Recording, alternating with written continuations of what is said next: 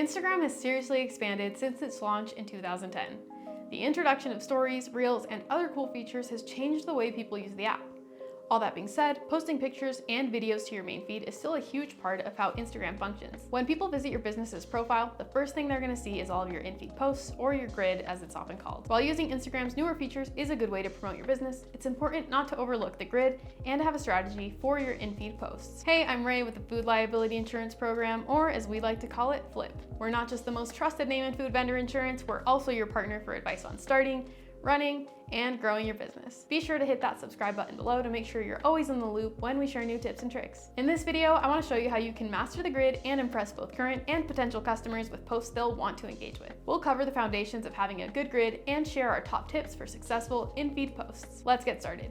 The camera eats first. Think of the last time you saw a picture of food that made your stomach growl. If you're anything like most people, a good food picture is going to make you pause and get your appetite going. That's exactly what you want your followers to feel when they're scrolling through their feed and they come across a picture you've posted. Since you're running a food business, it makes sense that the vast majority of content you post on Instagram will be of the food you make. But food photography is notorious for being really difficult to pull off. It doesn't matter how delicious the dish is, if the lighting is bad or the image quality is grainy, it's just not gonna look as good as it tastes. Now, having a really nice camera and knowing how to use it can obviously help with this, but you don't need to run out and spend thousands of dollars on a camera to take Insta-worthy pictures of your food. Most phone cameras these days will do the trick if you know how to set up the shot. Here are our top tips for taking food pictures. Use natural lighting. A food photographer's biggest enemy is harsh overhead lighting, which often gives your food a strong orange or blue tint that's not exactly appetizing. Instead, try using indirect sunlight to light your shot. This will keep the colors closer to how they actually appear. Incorporate color theory. It might seem weird, but using complementary colors to your advantage can actually enhance the colors of your food and pictures. If you need a refresher from art class, complementary colors sit across from each other on the color wheel. But let's say you're taking a picture of a grilled cheese sandwich with lots of orange and yellow hues. To make those colors really pop, try taking a picture of it on a blue plate. Keep it clean. The focus of the picture should be on your food, not on whatever's on the table next to it or what's happening in the background of the shot. Make sure the area you're shooting in is clutter-free and lets your food be the star of the show. Craft the perfect caption. Instagram is a visual platform, but that doesn't mean your captions don't matter. When used correctly, the caption of your post can be the difference between someone liking and commenting or simply swiping past. Let's take a look at some tips for writing the perfect caption. Always prioritize the most important information. It's hard enough to capture someone's attention with visuals. The truth is that it's even harder with words. That's why you should always try to put the most important information at the start of your caption, rather than burying it at the end.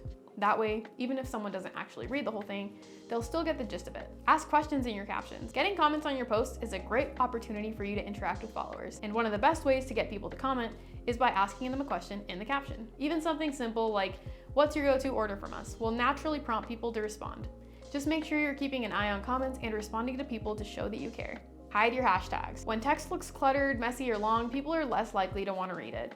That's why adding a string of hashtags at the end of your caption isn't a good move. It makes your caption look unappealing and unprofessional. Instead, try hiding your hashtags. One of the best ways to do this is to add a series of 2 to 5 periods at the end of your caption and then hit enter after each of them to create a space between your caption and your hashtags. After the last period, add your hashtags. Another common method is to leave them out of your caption completely and just include them in a comment on your post instead. Give your layout some love. It's important to make sure that your posts are optimized for in-feed viewing, but consider what all of your posts look like together on your profile grid. When people land on your profile for the first time, you have an opportunity to impress them with a visually stunning layout. An organized and appealing grid looks professional and inviting, and it may make viewers more likely to look through your posts than if your posts look messy and thrown together. A nice grid also gives viewers a quick, digestible glance at your branding, which can help leave a lasting impression even if they swipe away. Ready to glamorize your grid? Follow these tips. Utilize your branding.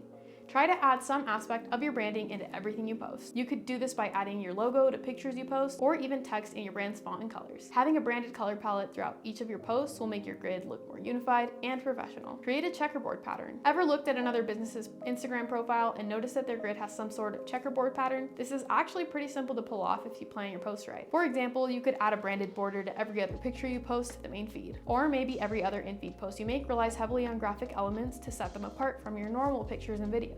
Either way, as long as you're alternating visual themes, you'll get that cool checkerboard effect on your grid in no time. Go row by row. Another great way to create a visually stunning grid is to alternate between themes every 3 posts instead of every other post like you do with the checkerboard pattern. This will create a cool striped effect with each row on your grid. For example, you might have 3 posts in a row with pictures of your menu items, followed by 3 branded graphic text posts that advertise upcoming specials, discounts, or announcements. While it might be tempting to put all of your effort into creating stories and reels, don't underestimate the power of having high quality in-feed posts and a visually appealing grid. We hope these tips will help and inspire you to create a grid that represents your business and makes customers interested to learn more. Before you leave, make sure to claim your free copy of our ebook, How to Make Your Food Business Stand Out on Instagram.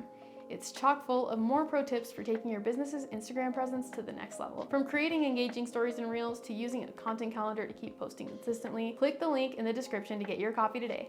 Thanks for watching.